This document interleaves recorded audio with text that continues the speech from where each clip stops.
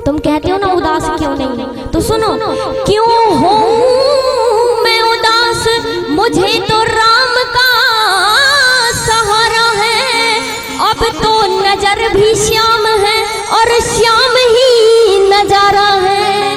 जब से ये दृष्टि प्रेममय हुई है ना, तब से नजरों में भी श्याम है और नजारों में भी श्याम है। वो परमात्मा है, वो रघुनाथ जी है। महाराज इसे प्रेम नहीं कहते कि पता चला बहू की शादी हुई, बहू के हाथ से गिलास टूटा तो सासू मैया चिल्लाने लगी, अरे बहू देख कर नहीं कर सकती, गिलास तोड़ दिया कांच का। थोड़ी देर बाद बिटिया आई, बिटिया के हाथ से गिलास टूटा, अरे वाह मेरी पुत्री के हाथ से कांच का गिलास टूटा, बड़ा शुभ होता। इसे प्रेम नहीं कहते, इसे ये भेदभाव होता है, इसे द्वेष कहते हैं। ये प्रेम नहीं है कि एक के प्रति है और दूसरे के प्रति नहीं है। ना ना, तुम इंसान हो, हर इंसान के प्रति दया का भाव रखो, प्रेम का भाव रखो, तभी तुम इंसान हो। पराया दर्द अपनाए उसे इंसान कहते हैं, सभी में बांट कर खाए उसे इंसान कहते हैं। यूं भरने को तो पक्षी भी अपना पेट भर लेते हैं। पक्षी खाते हैं कि नहीं, भूखे तो नहीं मरते पक्षी भी, पशु भी भोजन करते हैं। लेकिन कहा इसलिए वो पशु हैं, वो अकेले अकेले खा लेते हैं। तुम इंसान इसलिए हो क्योंकि तुम सब में बांट करके खाते हो, इसलिए तुम इंसान हो और उस परमात्मा की कृपा है तुम पर।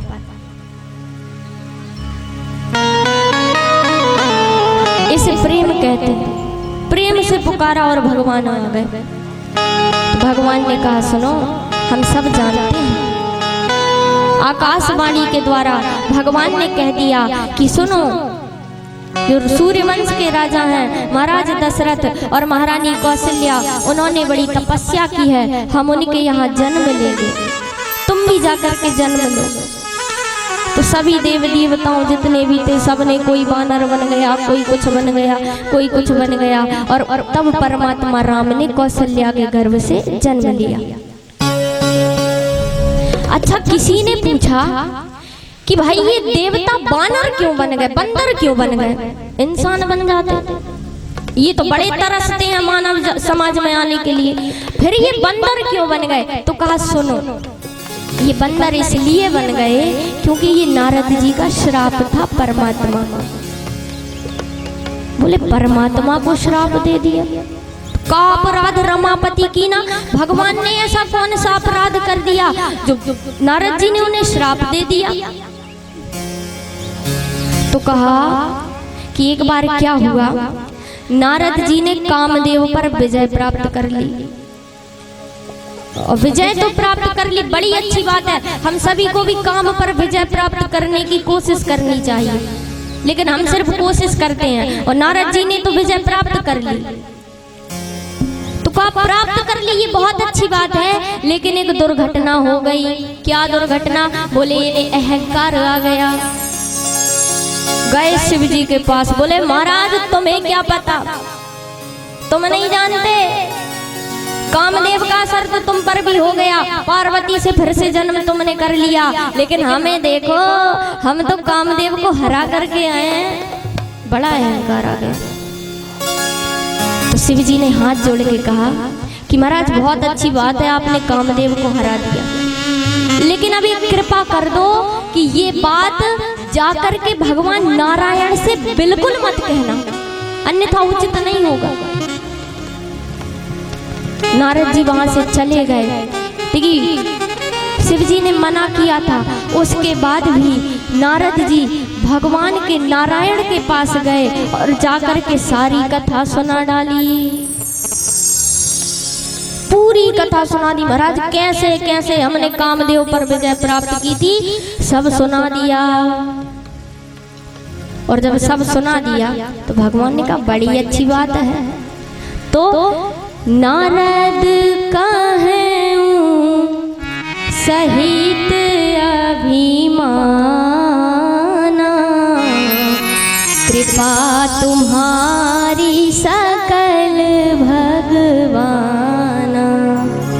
बड़े अहंकार के साथ नारद कहूँ सहित अभिमाना। किसके साथ? अभिमान के साथ। कह रहा भगवान आपकी कृपा है। अब बोलो महाराज, बड़ा एहसान सा कर दिया भगवान पे ये कह के कि आपकी कृपा है, आपकी कृपा है। अब भगवान समझ गए, तो भगवान ने भी मन में कहा अभी तक तो नहीं थी लेकिन बहुत जल्दी होने वाली। अच्छा, अब एक सत्य बात बताएं, भगवान ने नारद जी से कहा था लेकिन नारद जी के जरिए आपसे कह दिया क्या कि अभी तो कृपा नहीं हुई, बहुत जल्दी होने वाली है। तो अब समझ जाओ कृपा बरसने वाली है। क्यों? क्योंकि कथा में आ गए ना, और एक बार कथा में आ गए तो बिनु सत्संग विवेक ना हुई। अब सत्संग में आ गए तो विवेक भी हो ही जाएगा। तो भगवान ने नारद जी से मन में कहा कि अभी तो कृपा नहीं हुई लेकिन अब जल्दी हो जाएगी। अब नारद जी ने प्रणाम किया और जाने लगे। तो भगवान ने क्या किया, अपनी योग माया को आदेश दिया जाओ। योग माया गई। जहां से नारद जी जा रहे थे वहीं रास्ते में एक बड़ा सुंदर सा नगर बना दिया। अब कौतूहलवश नारद जी नगर में प्रवेश कर गए। वहां पता चला कि राजा की कन्या, वहां के राजा का नाम था शीलनिधि। शीलनिधि राजा की कन्या का स्वयंवर हो रहा है। अब ये राजा के पास गए, ये राजा के पास गए। राजा ने बड़ा स्वागत सत्कार किया, पुत्री को बुलाया और नारद जी से कहा महाराज हाथ देखो जरा, इसको कैसा पति मिलेगा। अब नारद जी हाथ बाद में देखे, पहले इस मुखड़े को देख लिया महाराज, इन नेत्रों को देख लिया, और जो इस चेहरे को, इस मुखड़े को देखा है सो बेसुध हो गए। कैसे बेसुध हो गए कि हाथ में तो लिखा था कि जो इस शीलनिधि की कन्या को ब्याहेगा वो अजर अमर हो जाएगा, लेकिन बना करके कुछ भी कह दिया। अब कह करके ये आ गए, लेकिन मन में ये बात इनके आ गई कि भगवान की कृपा से ऐसा हो जाए कि वो शीलनिधि की कन्या हमई को ब्याह दे, हमई से ब्याह हो जाए इसका। अब बोलो महाराज, इन्होंने कामदेव पे विजय प्राप्त किया। ये इसे कहते काम पर विजय प्राप्त करना। तो कहा इनके मन में काम भाव उत्पन्न हो गया कि हमारी शादी शीलनिधि की कन्या से हो जाए। अब बोले कैसे होगा विवाह, विवाह कैसे होगा, हम तो बूढ़े से हो गए हैं, बाल सफेद हो गए, झुर्रियां पड़ गई। अब ऐसे थोड़ी कोई राजकुमारी हमें बरमाला पहना दे। इतने जल्दी तो अब हम फेस पाउडर, फाउंडेशन, दुनिया भर की चीजें लगाए तो भी अच्छे नहीं होने वाले, क्योंकि समय कम है। उसी दिन तो बरमाला है, स्वयंवर है। तो कहा क्या किया जाए, तो याद आया कि परमात्मा नारायण बड़े सुंदर है, राम बड़े सुंदर है, भगवान बड़े सुंदर है। इनका रूप यदि हमें मिल जाए तब हमारा विवाह हो जाएगा, तब हमारा विवाह हो जाएगा। तो इन्होंने भगवान को बुलाया। अब ये भगवान ये सोच रहे हैं कि अब बैकुंठ तक फिर वापस जाएंगे तो समय लग जाएगा, इसलिए भगवान को यहीं बुला लो। इन्होंने भगवान को बुलाया, बुला करके कहा कि प्रभु ऐसी ऐसी बात है। बोले कैसी कैसी बात है, तो कहा हमें शादी करनी है, विवाह करना है, और ये कन्या हमसे तभी विवाह करेगी जब हम सुंदर हो जाएंगे। तो बोले महाराज ऐसा करो कि आपका रूप हमें दे दो, आप बड़े सुंदर है भगवान। जय हित लागी मोर हित, प्रभु जिस प्रकार से मेरा हित हो बेगी करो दास में तोरा, जल्दी करो भगवान मैं आपका दास हूं। बस यही बात मुंह से निकल गई, इतने में काम बन गया। प्रभु हम आपके दास हैं, जल्दी कीजिए, क्या कीजिए, कुछ ऐसा कीजिए जिससे हमारी भलाई हो, हमारा कल्याण हो जाए। तो भगवान ने कहा ऐसा ही होगा, जाओ। अब महाराज जी बड़े प्रसन्न, नारद जी गए। अब इन्हें लग रहा है कि हमें तो भगवान का रूप मिल गया, हमें तो भगवान का रूप मिल गया। तो जो सबसे पहले वाली पंक्ति थी, पहली वाली लाइन में जाकर के महाराज जी बैठ गए। अब इन्हें लग रहा है कि जैसे ही शील निधि की कन्या आएगी और सबसे पहले हम ही को वरमाला पहनाएगी। अब मन में सोचते जा रहे हैं, मन में सोचते जा रहे हैं। और कहा वहां हजारों राजा आए थे और वहां ब्राह्मण के वेश में शिव जी के 2 गण भी आए थे।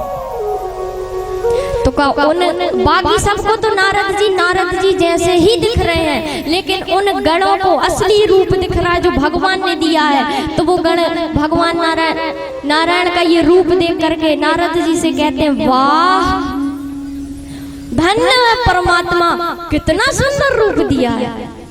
इतना सुंदर तो कोई हुआ ही नहीं होगा महाराज इस सृष्टि में। अब नारद जी को लग रहा है ये बड़ी प्रशंसा कर रहे हैं, हम वाकई में सुंदर लग रहे हैं, बड़े प्रसन्न। अब वो और इनका मजाक उड़ाने लगे कि वाह महाराज आपकी माता तो बड़ी धन्य, इतने सुंदर पुत्र को जन्म दिया, वाह बड़े सुंदर हैं आप तो।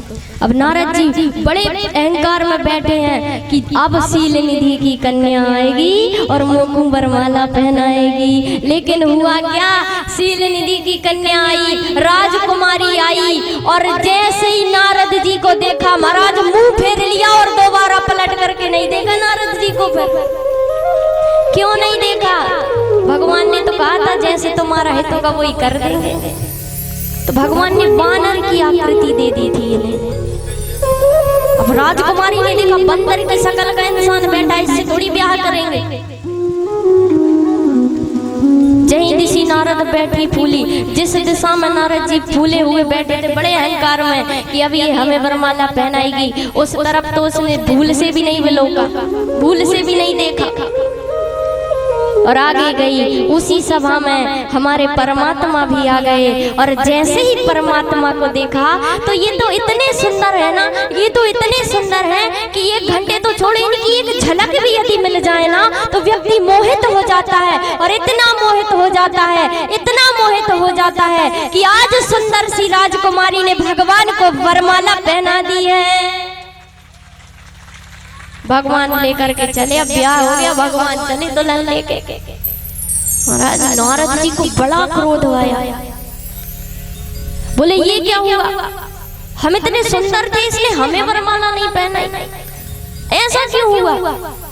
तो जो शिव जी के 2 गण बैठे थे बोले महाराज एक बात कहें। बोले कहो। तो कहा जरा दर्पण में अपनी आकृति देख करके आइए, कैसे लग रहे हो महाराज, इतने सुंदर। हमने पहले ही कहा था कि ऐसा तो कोई है ही नहीं, इस पूरी सभा में इतना सुंदर कोई बैठा ही नहीं है, देख कर तो आओ कितने सुंदर हो। इतना कह के शिव जी के गण तो भाग गए। नारद जी गए, जल में अपनी आकृति देखी और देख करके दंग रह गए, क्रोध छा गया शरीर में और क्रोध में आकर के कहने लगे कि इस विष्णु ने, इस नारायण ने मेरे साथ छल किया है, इसके छल का दंड मैं इसे अवश्य दूंगा। बड़े क्रोध में जा रहे हैं, तभी क्या हुआ, रास्ते में भगवान मिल गए। भगवान किसके साथ, बाजू में लक्ष्मी जी हैं और बाजू में राजकुमारी खड़ी हैं। और भगवान को देखा और क्रोध बढ़ गया। भगवान ने पूछा कहो नारद जी सब कुशल मंगल है। नारद जी ने क्रोध में आकर के कहा सुनो, तुम बड़े छलिया हो ना, अपने आप को बड़ा वीर समझते हो ना, तुम्हें ये लगता है ना कि तुम्हारे ऊपर तो कोई है ही नहीं, तो तुम्हें जो मन में आएगा सो तुम करोगे, तुम हमारे जीवन के साथ खेलोगे क्या। हमने तुमसे सुंदर सी देह मांगी थी, तुमने हमें बंदर का सा बना दिया। अब सुनो, हम तुम्हें श्राप देते हैं कि जैसे तुमने हमारा नारी से वियोग किया है वैसे ही तुम जन्म लोगे, अवतार लोगे और तुम्हारा भी तुम्हारी नारी की, तुम्हारी स्त्री के साथ वियोग होगा। ये श्राप है नारद जी का। संतों का श्राप सबको लगता है। भगवान ने सिर झुका करके श्राप स्वीकार कर लिया, संतों की महिमा को बनाए रखा। नारद जी ने कहा कपिया कृति तुम कीन हमारी, करी हाहि कीस सहाय तुम्हारी। बंदर सा बना दिया, अब उस जन्म में बंदर ही तुम्हारी सहायता करेंगे। इसलिए सारे देवता बंदर बन गए थे कि अब परमात्मा की सहायता करने जाना। ये सौभाग्य बार बार थोड़ी मिलता है।